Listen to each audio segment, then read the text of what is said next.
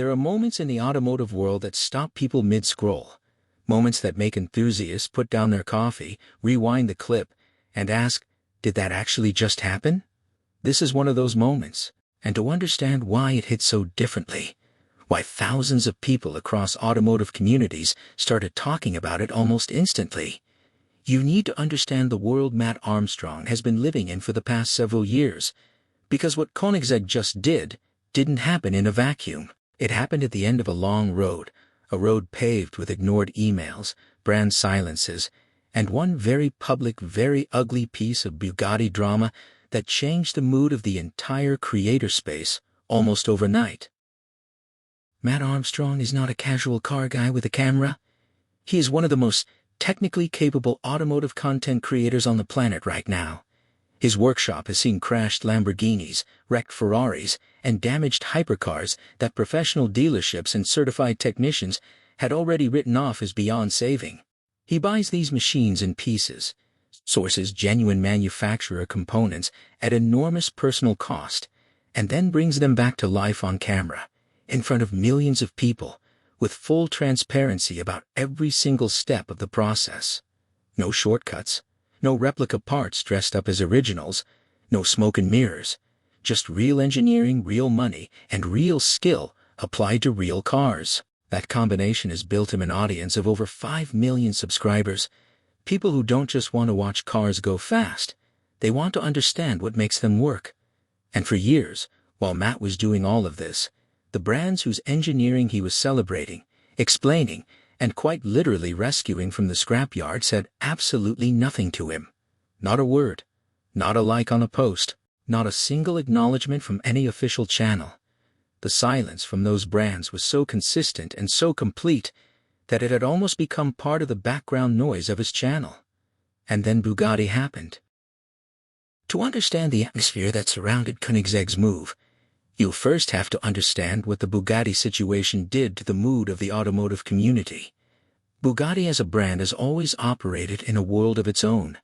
Their cars are among the most expensive and most powerful production vehicles ever built, and their relationship with ownership has always been unusual.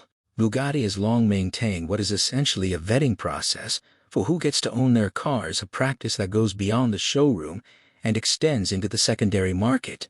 There have been documented instances of Bugatti exercising influence over who can purchase their vehicles even from private sellers, a level of brand control that sits somewhere between impressive and outright intimidating depending on how you look at it. The drama that became public involved a content creator, someone with a genuine decades-long passion for the brand being effectively excluded from a situation in a way that felt deeply personal and very public. The creator community watched it unfold and drew their own conclusions, and those conclusions were not flattering to Bugatti. What crystallized in the aftermath of that situation was something that a lot of people in the automotive creator world had been feeling for a long time without quite being able to articulate, that certain legacy manufacturers view independent creators not as allies, not as partners, and not as people who have earned a seat at the table through years of genuine advocacy, but as a complication, a PR variable to be managed, a risk to the carefully constructed mythology surrounding their brand. For Mat Armstrong specifically, that realization landed with particular weight, because he had been living a quiet version of that same dynamic for years. He had poured extraordinary resources into rebuilding some of the most iconic cars Lamborghini and Ferrari had ever produced, generating millions of views, bringing new audiences to those brands, and explaining their engineering to people who would never otherwise have understood it. And in return, he had received the kind of treatment that any reasonable person would find baffling: total, unbroken silence. The Bugatti drama didn't create that feeling. It just turned up the volume on something that had been playing quietly for a long time. And it was in that exact atmosphere, charged, frustrated, and freshly disillusioned, that a package arrived at Mat Armstrong's workshop from a factory in southern Sweden. The package came from Ängelholm. If you don't follow the hypercar world closely, Ängelholm is a small coastal town in Sweden that happens to be home to one of the most remarkable automotive operations on Earth, the Koenigsegg factory, built inside a converted military airbase. The package contained official Koenigsegg merchandise, hoodies, t-shirts, premium branded items that don't appear in high street stores or on mainstream retail websites, because Koenigsegg does not operate like a mainstream brand. They build somewhere between 20 and 40 cars per year. For context, a major manufacturer like Toyota will produce that same number of vehicles in roughly the time it takes to read this sentence. Koenigsegg merchandise is not something the general public encounters. It is the kind of item that arrives with a £2 million hypercar handed to a billionaire customer who waited 3 years for delivery. And yet there it was, sitting in Mat's workshop, addressed specifically to him, but the merchandise, impressive as it was, wasn't actually the part of the story that got people talking. It was what else was inside the box, because tucked in alongside the clothing was a handwritten note, not a printed press release, not a standard brand introduction letter generated by a PR department, a handwritten note, and the contents of that note were specific. It directed Mat to watch particular videos. Koenigsegg videos, which means that before that package was packed, before that note was written, someone inside the Koenigsegg factory had already been watching Mat's videos. Someone had sat down, studied his content, identified specific material they wanted him to see in return, and then made the deliberate decision to reach out. That is not how influencer marketing pipelines work. That is not a PR intern clicking a box on a spreadsheet. That is a human decision made by someone who had genuinely engaged with what Mat was doing and wanted to start a conversation about it. To understand why Koenigsegg would make this move while Lamborghini and Ferrari remained silent, you need to understand something fundamental about how these companies are built, not their cars, but their cultures. Lamborghini and Ferrari are legacy brands. They are decades-old institutions with mythologies as carefully constructed as their engineering. Part of what they sell, a significant part, is mystery. The sense that their machines exist on a plane slightly above ordinary understanding, that they are not for everyone, that owning or even fully comprehending one requires a kind of elevation. This mythology is commercially valuable.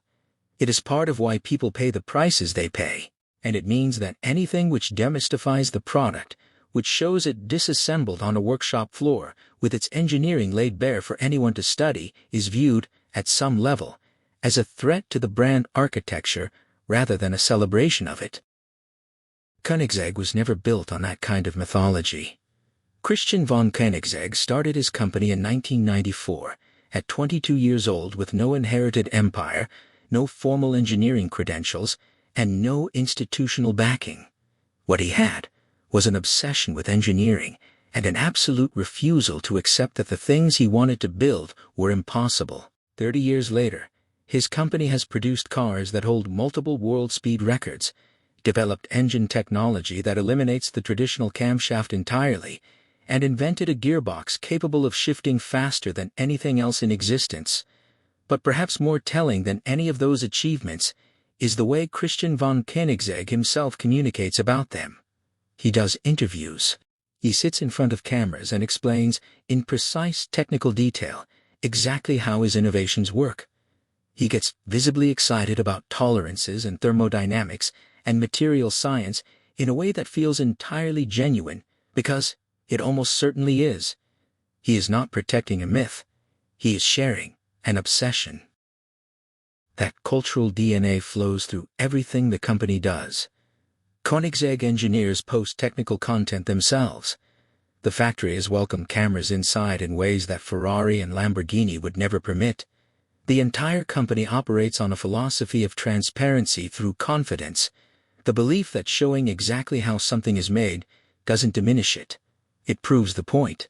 And when you map that philosophy onto Mat Armstrong's channel, a channel built entirely on the same principle of transparency, of showing the engineering, of proving the point by taking everything apart and putting it back together, the connection is not just logical, it's almost inevitable. Now step back and look at Mat Armstrong's history with the brands that ignored him, because the contrast with what Koenigsegg did needs to be felt properly to land with the weight it deserves.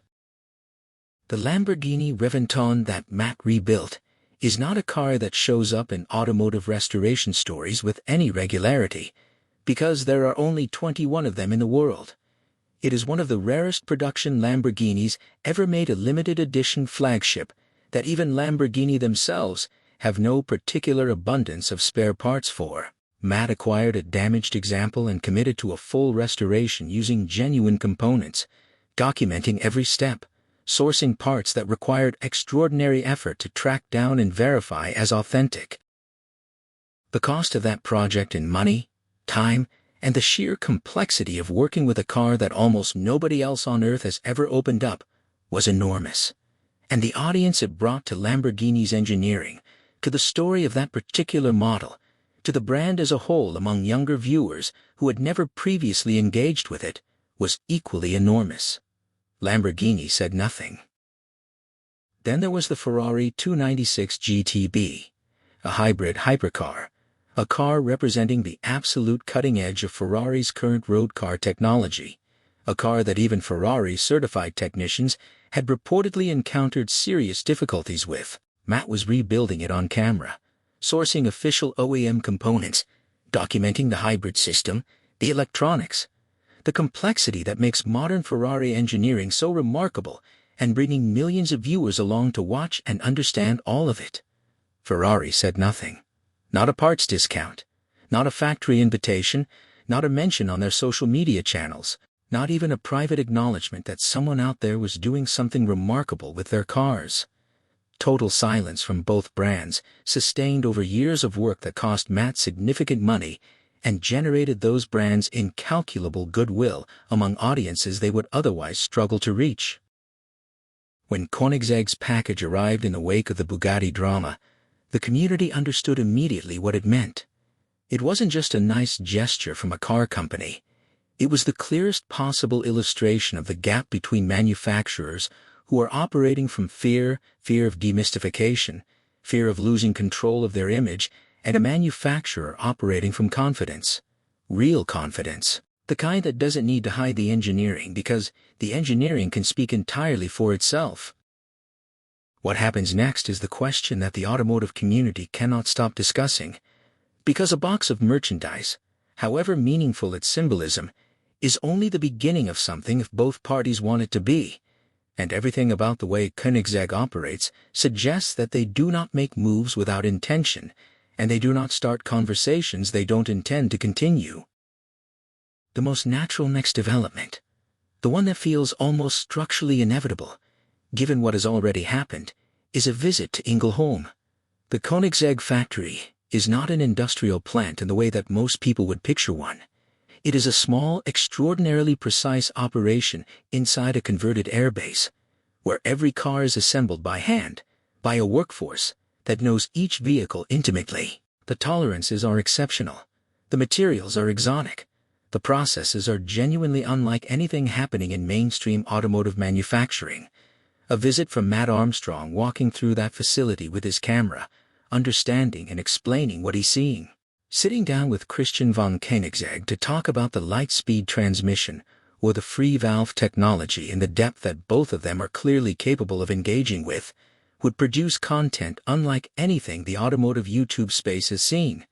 Not because it would be spectacular in the conventional sense, because it would be genuinely informative in a way that so few things are. Beyond the factory visit, there is the question of a driving experience. Mat has driven genuinely fast cars. He is not someone who would be overwhelmed simply by horsepower, but Koenigsegg performance exists in a category that is qualitatively different from what he has experienced behind the wheel so far. The Jesko Absolute's theoretical top speed has never been fully realized on a closed road. The Regere's hybrid torque delivery produces a sensation that experienced test drivers have described as almost incomprehensible on first encounter.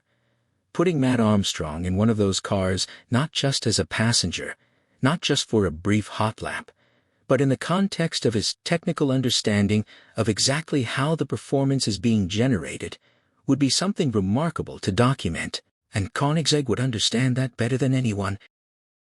The scenario that would genuinely be unprecedented, the one that seems ambitious but not impossible, given everything we know about how Koenigsegg operates, is a build project. A situation in which a Koenigsegg, by whatever path, ended up in Mat's workshop with factory support behind the documentation of the process. The engineering access that would require, the technical information that would need to flow between Sweden and Mat's workshop, the resulting content, and what it would mean both for Mat's channel and for public understanding of what Koenigsegg actually builds. None of that is confirmed. None of it has been announced. But none of it is fantasy either, and that distinction matters. With Ferrari or Lamborghini, a scenario like that would be fantasy. With Koenigsegg, it is a possibility that the company's own track record of transparency makes entirely conceivable.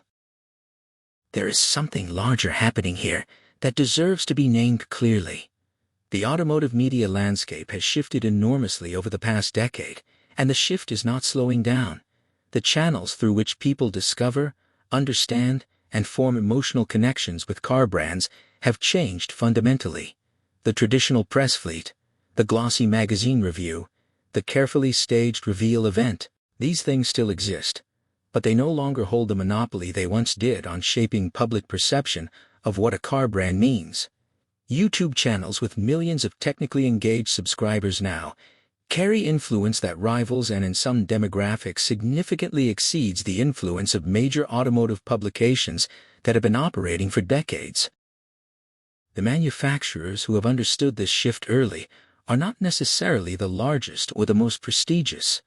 They are the ones with cultures flexible enough to recognize that the relationship between brand and audience has changed, and smart enough to act on that recognition before the window closes. Koenigsegg, with its tiny workforce and its annual production measured in dozens rather than thousands, as demonstrated in one gesture, costing probably less than £100 in merchandise, and the time it took to write a handwritten note, a more sophisticated understanding of the current creator landscape than brands spending hundreds of millions on traditional marketing campaigns. That is not a small thing. That is a case study in what it means to understand your moment.